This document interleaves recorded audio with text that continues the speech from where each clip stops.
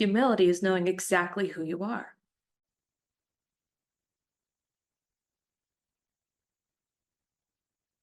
Without, making yourself up to be bigger than you are, making yourself up to be smaller than you are. It's exactly who you are right now.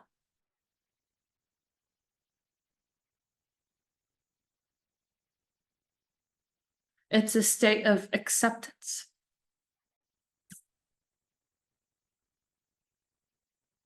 And if there's a judgment there, there's no acceptance for that thing.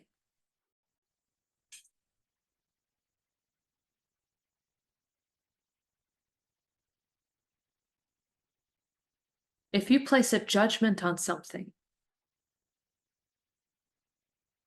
if you're still fighting against that thing, if it's still something that angers you or frustrates you, instead of you finding peace that, that's there too, and that's fine, you have not attained humility.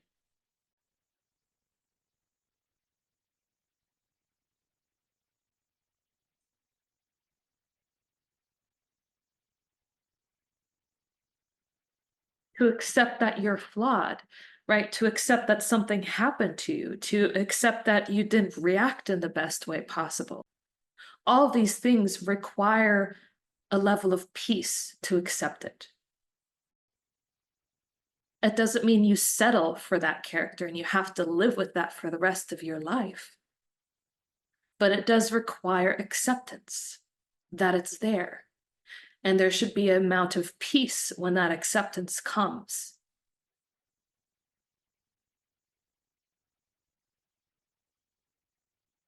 Because it is our identification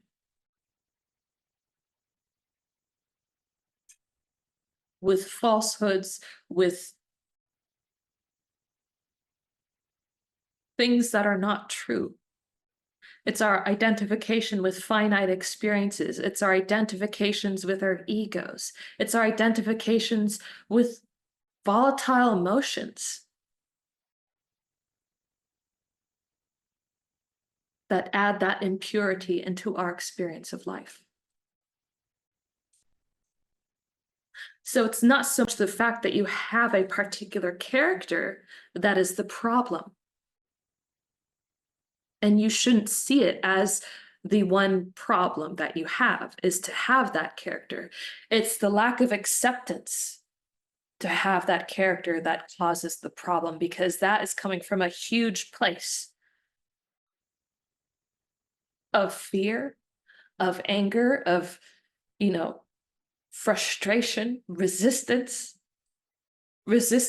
within your own self, with it, resistance within your own heart and your own mind. You are fighting and at odds with yourself.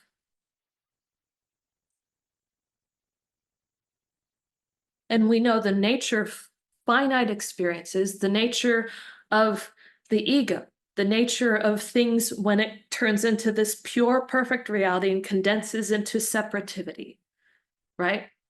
Are the things that are supercharged with individual finite experience.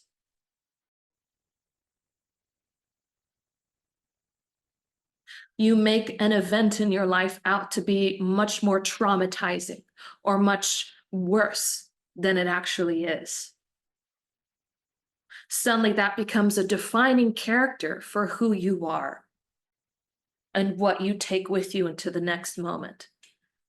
Not because of the experience itself, but because of what you put into it.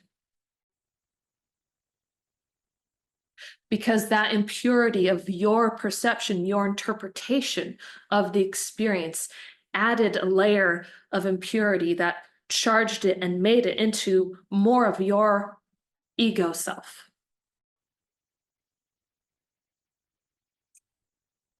Anytime you engage with life in a way that creates more frustration for you, that creates more anger, that creates more sorrow, that creates more depression, that creates more fear. I'm not just talking about, going out and doing things in the world. I'm I've mentioned this many times before, the things that perpetuate and create your reality are very much not just your physical actions that you take, but the mental and emotional modifications you have for that experience.